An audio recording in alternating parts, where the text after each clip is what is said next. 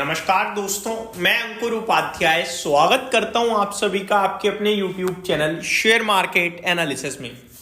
दोस्तों, तीन बड़े ट्रिगर्स हैं। तीन में से एक आज शुरू हो जाएगा या खत्म हो जाएगा, जो मर्जी समझ लीजिए। पहले बता दूं तीन कौन कौन से ट्रिगर हैं। ट्रंप साहब की शपथ, दूसरा ट्रिगर है भारत का बजट, और तीसरा ट्रिगर है भारत में आरबीआई की पॉलिसी, जो कि 6 फेब को आएगी। अब शपथ समारोह तो आज है ट्रंप साहब का। भारतीय टाइमिंग के हिसाब से शायद 10 बजे रात में बताया जा रहा है कि शपथ समारोह शुरू होगा। अब क्या क्या ट्रंप साहब बोलेंगे, क्या नई पॉलिसी लाएंगे, टैरिफ लाएंगे, भारत के लिए किसका कितना फायदा होगा, ये तो वक्त बताएगा। कल से धीरे धीरे चीजें समझ में आएंगी। अमेरिका का बाजार आज बंद है, कल से वो भी रिएक्ट करेगा, तो कल तक का वेट करते हैं। बट कहीं ना कहीं पोजिशनल टर्म पे एनर्जी से रिलेटेड स्टॉक्स मेरे को बुलिश दिखते हैं ट्रंप साहब की वजह से, क्योंकि वो पहले ही क्लियर कर चुके हैं कि मैं एनर्जी फोकस्ड व्यक्ति हूं। मैं फोकस वहीं करता हूं जहां पे है नेचुरल रिसोर्सेज पे। तो ये कहीं ना कहीं ऐसा लगता है गैस और तेल गैस कंपनियां जो है कमाल करेंगी आने वाले कुछ समय में। इसमें मैंने आपके साथ कुछ स्टॉक्स भी डिस्कस करें। अब एक बार आज पॉलिसी आने दीजिए, कुछ नई चीजें आने दीजिए, धीरे धीरे आएंगी, एक साथ तो आएंगी नहीं। फिर कल आपके साथ थोड़ा डिटेल में डिस्कस करेंगे और इस वीकेंड पे आपके साथ और ज्यादा अच्छे से स्टॉक स्पेसिफिक बात करेंगे। ये तो हो गई ट्रंप साहब की बात, ठीक है जी।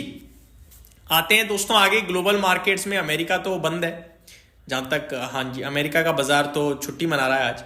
बात करें अगर यूरोप की, तो यूरोप में अच्छा काम दिख रहा है, ठीक ठाक है। कैक 0.7% अप है, डेक्स भी 0.7% अप है, फिटसी 0.44% अप है। एशिया में जापान 1% ऊपर, Shanghai flat to positive, Hang Seng 0.2% ऊपर। कॉस्पी हल्का सा लाल निशान में बंद हुआ है, बट हल्का ही लाल है, कुछ खास नहीं।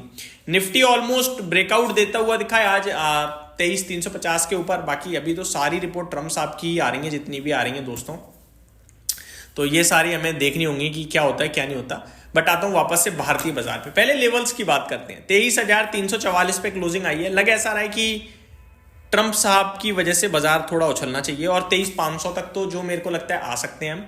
उसके बाद 550-600 एक रेजिस्टेंस बड़ा है, वो निकल गया। अगर 23,600 निकल गया तो फिर मेरे को लगता है हम लोग एक अच्छी तेजी के लिए तैयार होंगे।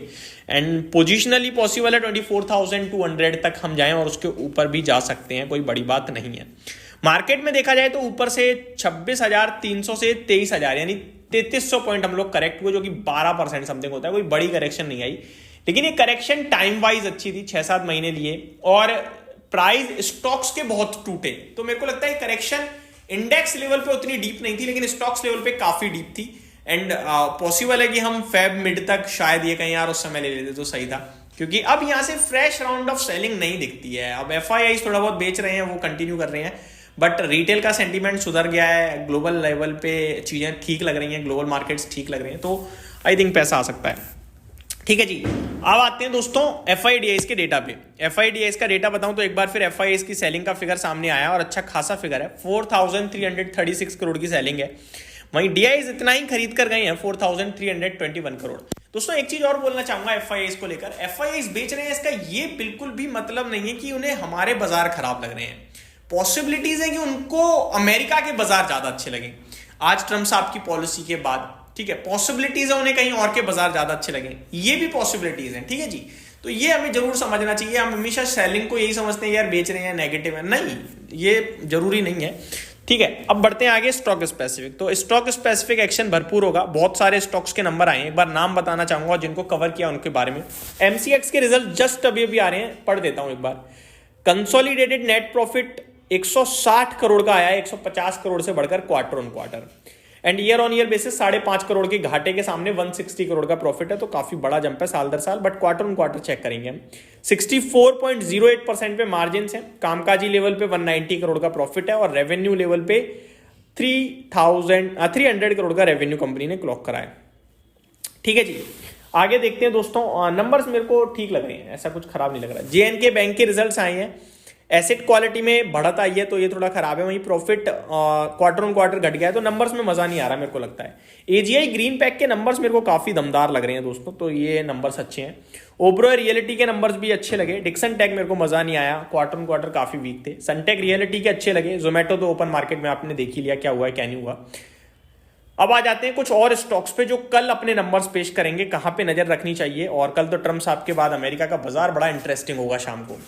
अल्ट्राटेक सीमेंट के रिजल्ट्स आने हैं दोस्तों कल। आईसीआईसीआई प्रूडेंशियल लाइफ इंश्योरेंस के नंबर आएंगे। UCO Bank, KEI Industries, Tata Technologies, Dalmia Bharat, PNB Housing, AB Real Estate, India Mart, Intermesh, India Cement, Tanla Platform, South Indian Bank, Cyient DLM, Rossari Biotech, Jana Small Finance Bank. ये कुछ stocks हैं जिनके कल नंबर्स आते हुए दिखेंगे, जो हमें ध्यान से देखने हैं, क्लोजली वॉच करने हैं। कुछ एक्शन, एंजल वन का शेयर कल 11 रुपये प्रति शेयर एक्स डिविडेंड भी ट्रेड करता हुआ दिखेगा। तो ये कुछ बड़ी बातें थी दोस्तों जो मैंने आपके साथ शेयर करी। उम्मीद करता हूँ ये वीडियो आपको पसंद आई होगी। Thank you so much for watching this video. Good night guys.